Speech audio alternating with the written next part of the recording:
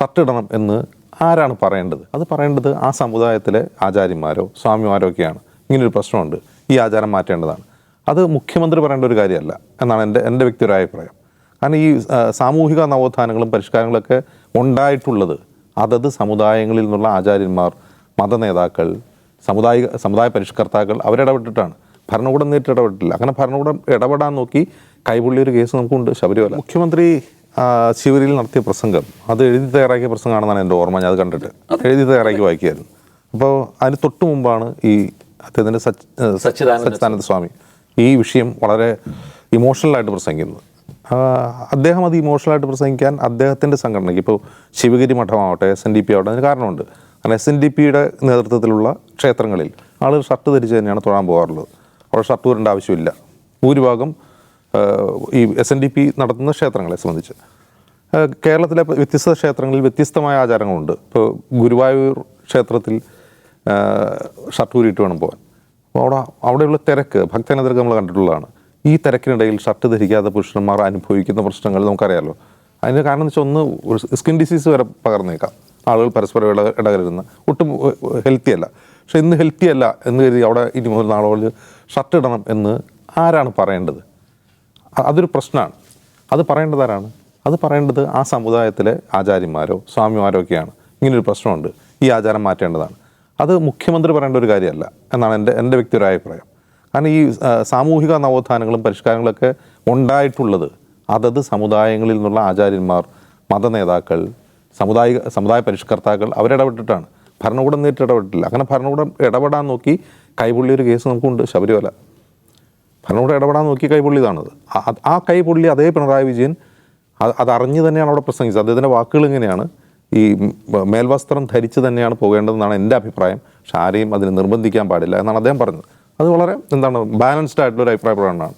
പിന്നെ അതിനോട് പ്രതികരിച്ച് മുഖ്യമന്ത്രി പറഞ്ഞത് ശരിയായില്ല, അങ്ങനെ പറഞ്ഞ് അത് വിവാദമാക്കേണ്ട ആവശ്യമില്ല. അദ്ദേഹത്തിൻ്റെ അഭിപ്രായമാണ്. അദ്ദേഹം സംസാരിക്കുന്നത് ആ അഭിപ്രായമുള്ള ശിവഗിരി മഠത്തിൻ്റെ അല്ലെങ്കിൽ ശിവഗിരി തീർത്ഥാടനത്തിൻ്റെ ഒരു വേദിയിലുമാണ്. അതെല്ലാ ക്ഷേത്രത്തിൽ നടപ്പാക്കണമെന്ന് മുഖ്യമന്ത്രി പറഞ്ഞിട്ടില്ല. അതിന് നിയമം കൊണ്ടുവരുമെന്നോ മാറ്റണമെന്നൊന്നും പറഞ്ഞിട്ടില്ല. അങ്ങനെയൊരു സാമുദായിക പരിഷ്കരണ ശ്രമം ഒരു സ്ഥലത്തും ഉണ്ടായാൽ അതിന് അദ്ദേഹം പിന്തുണയ്ക്കുന്നു എന്നുള്ളതാണ്. ഇപ്പോൾ ക്ഷേത്രങ്ങളിൽ ഈ വ്യത്യസ്ത ആചാരങ്ങൾ, ഓരോ ക്ഷേത്രത്തിനും ഓരോ തന്ത്രവിധികളൊക്കെയാണെന്നാണ് പറയാറ്.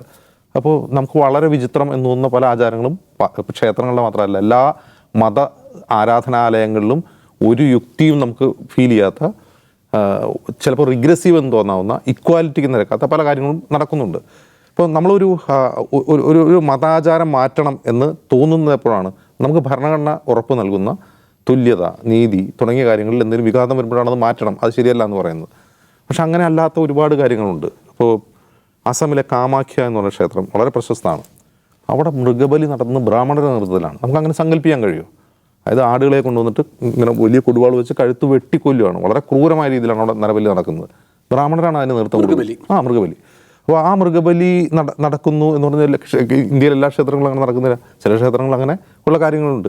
അപ്പോൾ ഇത് മാറ്റണമെന്ന് തോന്നലുണ്ടാവേണ്ടതുകൊണ്ടാണ് അതത് സമുദായങ്ങളിലെ സാമുദായിക ആചാര്യന്മാരും അവരുടെ മതപണ്ഡിതന്മാരൊക്കെ ഇരുന്ന് ആലോചിച്ച് തീരുമാനിക്കേണ്ട ഒരു കാര്യമാണ്. പുറത്തുനിന്ന് ആരെങ്കിലും ഉപദേശിക്കുകയോ ഔട്ട് ഓഫ് ഫോക്കസ് ഉപദേശിച്ചാൽ അവരോട് മാറാൻ പറയാം, അങ്ങനെയൊന്നും പറഞ്ഞിട്ട് കാര്യമില്ല. അതത് സമുദായങ്ങളിൽ നിന്ന് ഉയർന്ന എല്ലാ പരിഷ്കരണങ്ങളും അങ്ങനെ ഉണ്ടായിട്ടുള്ളൂ. നമ്മുടെ കേരള നവോത്ഥാനം എന്ന് നമ്മൾ വിളിക്കുന്ന സാധനം എങ്ങനെ ഉണ്ടായത്? കേരള നവോത്ഥാനം എന്ന് പറയുന്നത് ഇങ്ങനെയുള്ള ഓരോ സമുദായങ്ങൾക്കകത്തു നിന്നും ഉയർന്നു വന്ന പരിഷ്കരണ ശ്രമങ്ങളാണ്. ഇപ്പോൾ VTയുടെ നേതൃത്വത്തിൽ ബ്രാഹ്മണ സമുദായത്തിൽ നിന്നും, മന്നത്ത് പത്മനാഭൻ്റെ നേതൃത്വത്തിൽ നായർ സമുദായത്തിൽ നിന്നും, ശ്രീനാരായണൻ്റെ നേതൃത്വത്തിൽ ഈഴ സമുദായത്തിൽ നിന്നും, വക്ക അബ്ദുൽ ഖാദർ മൗലവിയുടെയും മക്തി തങ്ങളുടെയും നേതൃത്വത്തിൽ മുസ്ലിം സമുദായത്തിലേക്ക് ഉയർന്നു വന്ന പരിഷ്കരണ ശ്രമങ്ങളെയാണ് നമ്മൾ ഇൻ ടോട്ടൽ കേരള നവോത്ഥാനം എന്ന് വിളിക്കുന്നത്. പിന്നീടാണ് ഈ പുരോഗമന പ്രസ്ഥാനങ്ങൾ, കമ്മ്യൂണിസ്റ്റ് പ്രസ്ഥാനം ഉൾപ്പെടെ മറ്റു പ്രസ്ഥാനങ്ങളൊക്കെ അത് കഴിഞ്ഞാണ് വരുന്നത്. അപ്പോൾ ഇങ്ങനെയുള്ള ഈ പുരോഗമന പരിഷ്കരണം എന്ന് പറയുന്നത് എന്തായിരിക്കണം എന്നതിനെക്കുറിച്ചുള്ളൊരു ഒരു കോമൺ സെൻസ് നമുക്ക് ഉണ്ടാവുക. നമ്മൾ പുറത്തു നിന്ന് ഉപദേശിക്കാതിരിക്കുക എന്നുള്ളതാണ് ഇന്നത്തെ സാഹചര്യത്തിൽ, ഇന്നത്തെ സാമുദായിക രാഷ്ട്രീയ സാഹചര്യത്തിൽ ചെയ്യാൻ കഴിയുന്ന ഏറ്റവും മിതമായ കാര്യം.